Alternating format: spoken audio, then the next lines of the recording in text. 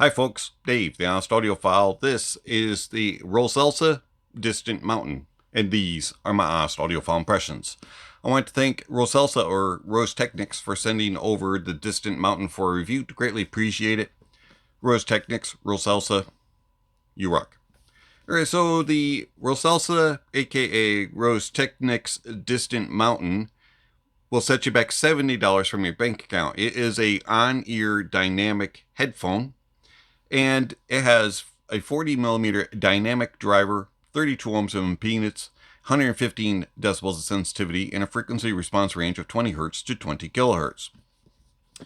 The Roseselsa Distant Mountain comes in this white box. You get a picture on the front, a little bit of branding, some more pictures on the sides, some specs on the back. Also, it notes that you can get it in either black or tan. We have the black color. And overall, it's a nice box. I like the look of it and the feel of it. Kind of gives off this old school retro-y type of vibe for an unboxing. Opening it up, and you're greeted by the headphones, a little box that has some extra pads, and then another accessory box which says the headphone cable and giveaway. Put this back here, and we'll talk about the headphone briefly and then give more information about the accessories that come with it. There we go. Alright, so you get the Roseselsa Distant Mountain. As you can see, it is very much a retro looking headphone. Feels nicely made and premium. It is made of stainless steel, and then you have a leather wrap on the headband. There's not really any padding whatsoever. It is all metal.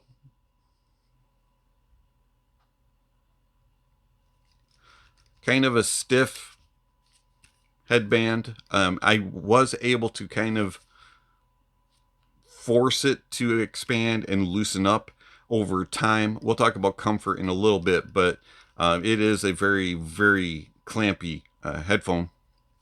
You have these nice sliders which make a noise. You have gold and gold at the stoppers. The arm is angled inward. There is no wiggle whatsoever. L and R, so they're going to fit like this on your head. They're going to position like that. Let's take the pad off so you can see. There you go. There's the driver. There's some venting on it.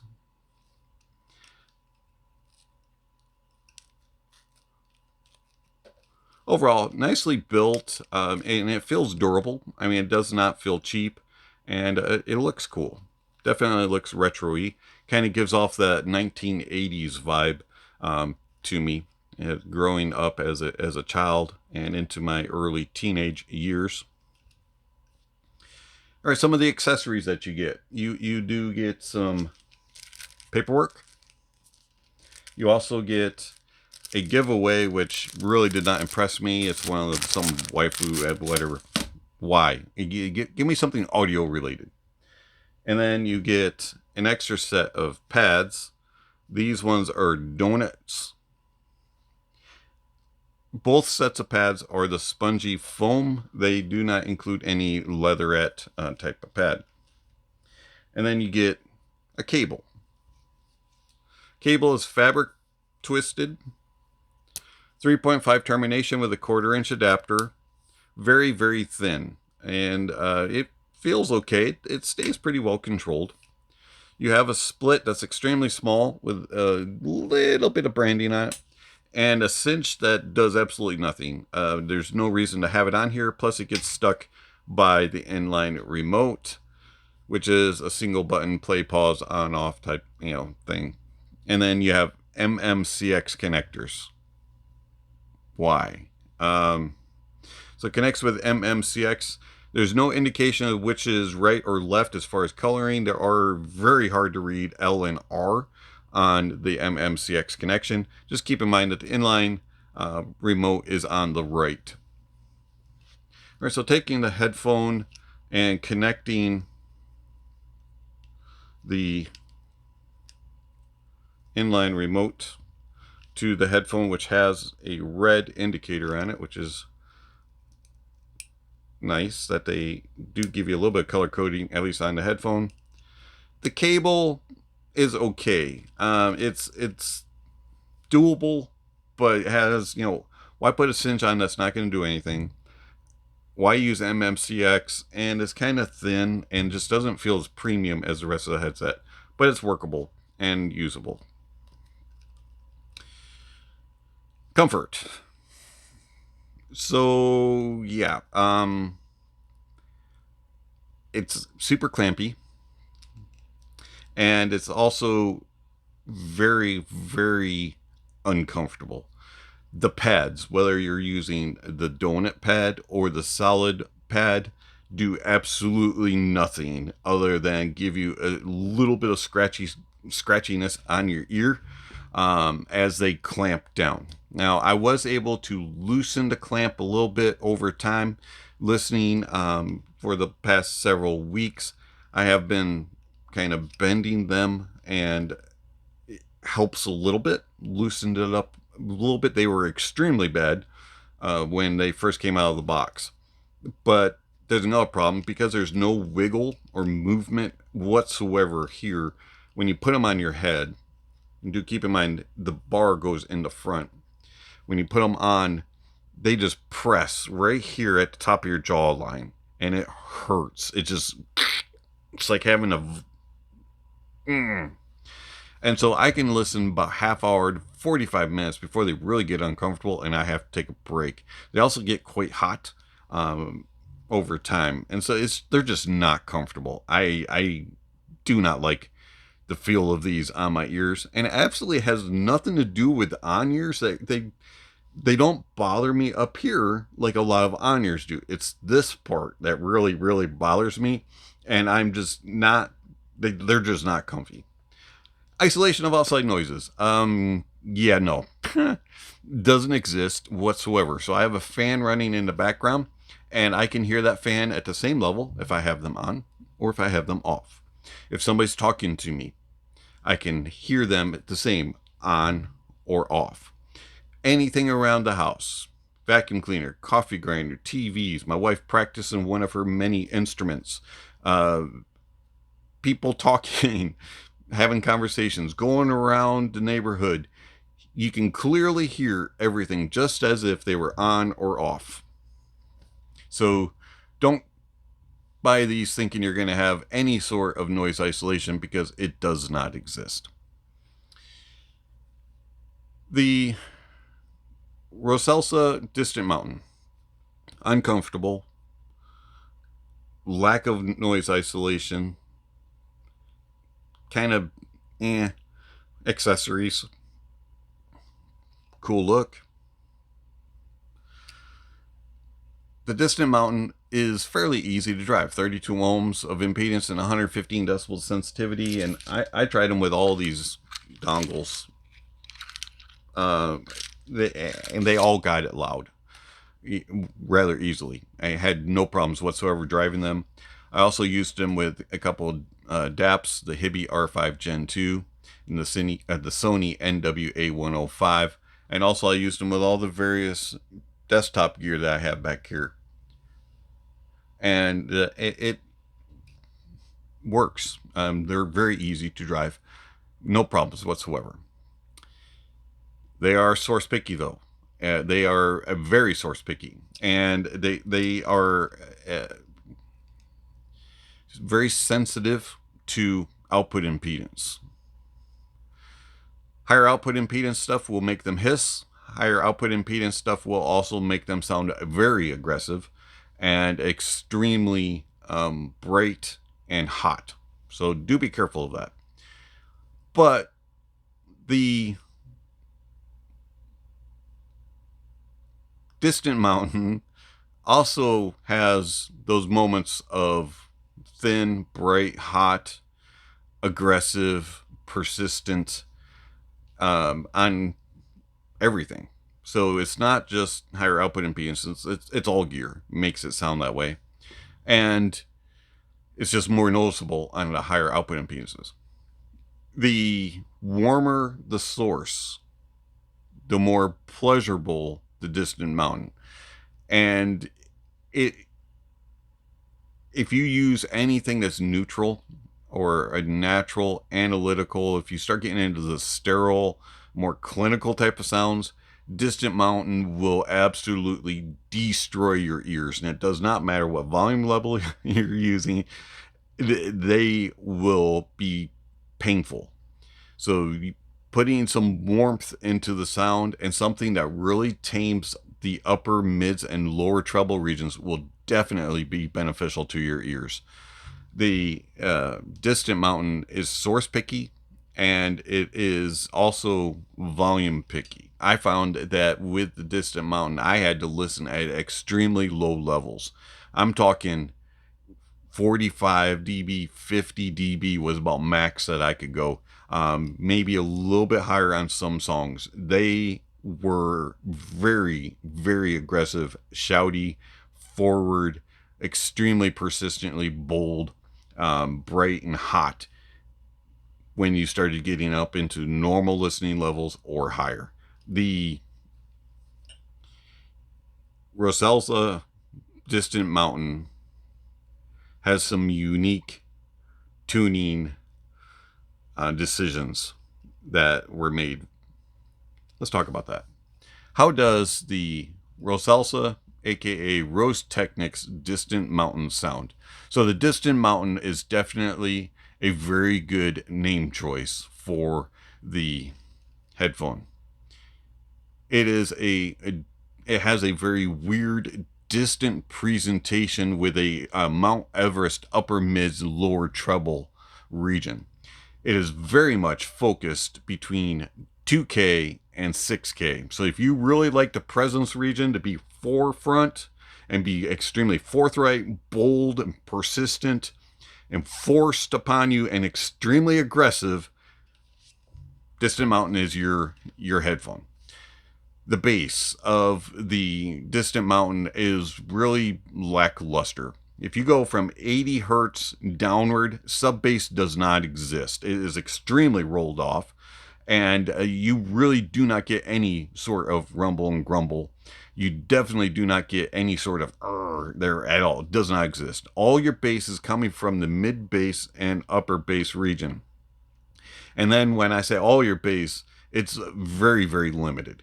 The bass has a slight amount of impact. There's absolutely no texture, and it's just a kind of I'm here. I'll kind of go along with everything else in the mix, but I'm just here for moral support. I'm going to stay in the shadows. I'm going to stay in the corner. I'm not going to really talk. I'm not really going to, interact. I'm just going to kind of watch and be here. And when somebody asks me a question, I'll do it. That's the way the bass is. It's very, very light. And it doesn't really exist. It does not push much at all. And it definitely does not add in to body and note weight at all, and the sub bass really impacts that with that huge roll off. There's just not much bass at all. You do get some detail and a little bit of resolution, and the tone and timbre is okay, but the bass really doesn't exist. So do not expect to have a thumpy, exciting, bassy, fun listen when listening to the Distant Mountain. If you listen to a lot of bass music, forget it. Mids. The mids are thin in the lower mid region, and then in the uppers, once you start getting 1.5K, 2K, it climbs, and it climbs really fast, and it stays elevated all the way to 6K. The mids are extremely bold in their presentation. They're very forced. They're very, very forward, and they're extremely aggressive. They get squawky. They get bright. And the lower treble region part that comes in is very hot. The mids are thin sounding, and they also have this weird cupped sound, especially in the lower mids region. They're kind of cupped in the way they sound. They're recessed and cupped kind of like a cave. And I just find that the mids are very unpleasurable to listen to. They are so forced upon you and so aggressive and so thin that they get squawky, and they have this just grinding to my ears that I just don't enjoy. But the odd thing is, every now and then a track will come along when the music is mostly focused just in the mids, and it's a more calm kind of usually acoustical type of track, usually with like guitars. I can kind of tolerate it for a little bit. If I lower the volumes downward 40 to 50 dB, I can listen to the Distant Mountain, and the mids don't bother me as much, but they still sound very, very recessed and cupped.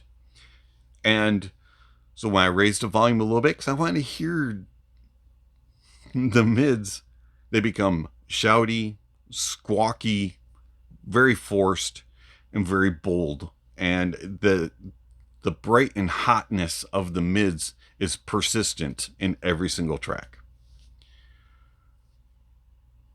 The tone and timbre of the mids, unfortunately, is just thrown off, and they do not sound natural at all because of that 2 to 6K region that is just so forced and so forward. And it just becomes very unnatural, especially with strings and pianos, brass instruments, and woodwinds sound very unnatural with the Distant Mountain, especially when you're listening at normal listening volumes or a little bit higher. Treble.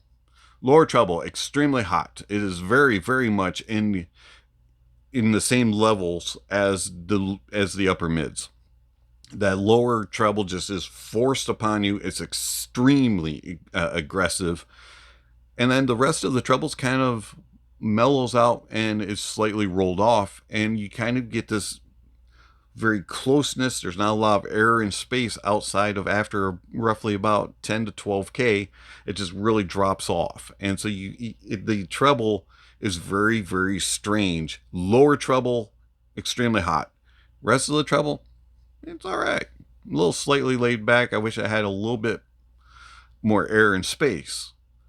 But that lower treble does plenty to shred the ears. And I just don't find the bass, the mids, and the treble of the Distant Mountain to be cohesive or to be balanced. And definitely they are not natural sounding. Soundstage of the Distant Mountain. Intimate. This is a very, very close sounding headphone. Even though it's open, it just still sounds like everything is right here. Everything is focused between 2K and 6K, and the soundstage, it just forces it to the center and puts a big, huge, overly bright spotlight on that area. And even though things kind of travel in and out and fade in and out okay from side to side, it never really expands beyond this. It's right here, directly in front of you, very intimate. Somebody stand directly in front of you, gain is way too high on their microphone, and they're just shouting at you, and it's just squawking, and it's just right here. Pay attention to me. Look at me.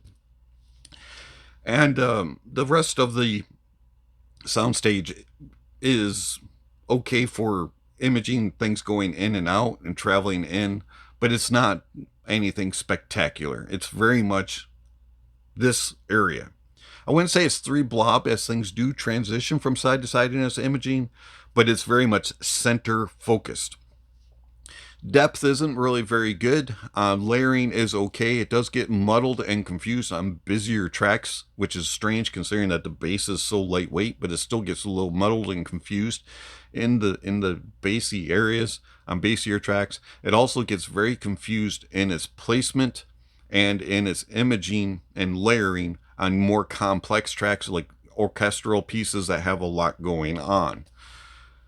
The imaging from side to side is all right. It's kind of in this neighborhood, it's in this neighborhood, it's over here. And when things go in front and behind, it does get, as mentioned, a little on the confused side at times.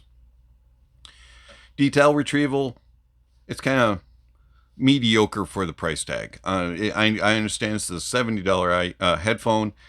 So, not going to be expecting super high levels. But even for other headphones in this price point, the Distant Mountain just isn't really that well detailed. You'll get enough, but you're not... There were times where I can barely hear what I normally hear in this price point. Resolution. Resolution is harsh and gritty, especially in the mids and in the treble, and it is extremely aggressive. The Distant Mountain is not very resolving. It does okay in the slight amount of bass that's available, but in the mids and in the treble, it is very harsh and very gritty sounding. It's a low level resolution. Tone and timbre. The best part of the tone and timbre is the bass, and that's not really anything spectacular. The mids sound unnatural, and the lower treble really sounds unnatural. They are just too forced, too thin, lack note weight and body, and there just isn't anything there of substance. It just is being force-fed into you, and it sounds unnatural.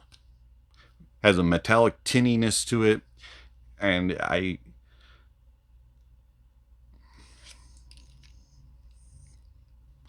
the Roseselsa Distant Mountain, or Rose Technics Distant Mountain, I thought it looked cool out of the box, and I started listening to it, and it's a headphone that looks nice, but just doesn't quite perform up to its potential. A headphone that does, on the other hand, is the Kiwi Ears Ellipse. Now, I understand this isn't an on-ear, this is an over-ear, and it does have a little bit bigger drivers, completely different build, but it's $5 more. And the Kiwi Ears Ellipse is 100 times better than the Distant Mountain.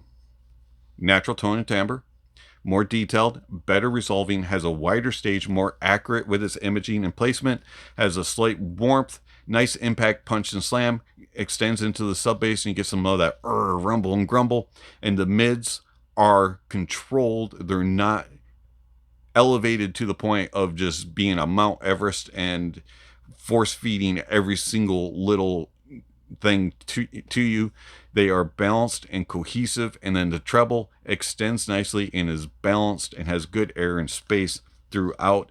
Overall, the Kiwi Ears Ellipse just absolutely spanks the pants off of the Distant Mountain for $5 more, even though it's an over-ear, not an on-ear.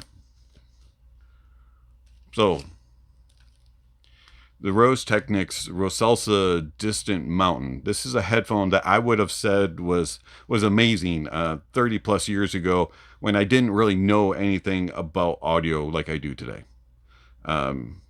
It looks cool. Why is this headphone so hyped? That's the question that I want to answer. I don't understand why this headphone is being so hyped. In my opinion, it's a big thumbs down. In fact, it's 2 thumbs down. It's been Dave, the Honest Audiophile. Thank you for watching, and I'll catch you on the next video. Speaking of next video, somewhere on the screen, subscription links and notification bells. If you haven't already, please check those off. Don't forget to give a thumbs up or a thumbs down to the video, and check out all the links down below. There's all kinds of information down there regarding how you can contact channel, follow channel, support channel. Speaking of supporting the channel, I want to thank my supporters through Patreon and YouTube memberships. Thank you very much for all that you give to the channel. Also, thank you to all of you who give one-time gifts. It is much appreciated. If you're interested in supporting the channel, there's various ways that you can do that. Check out the links down below. There's also all kinds of other information, gear recommendations, music recommendations, and gear rankings, and all that kind of stuff is listed down below. So don't forget to check out the links down below. And lastly, don't forget to enjoy the music, and that honesty is the best policy.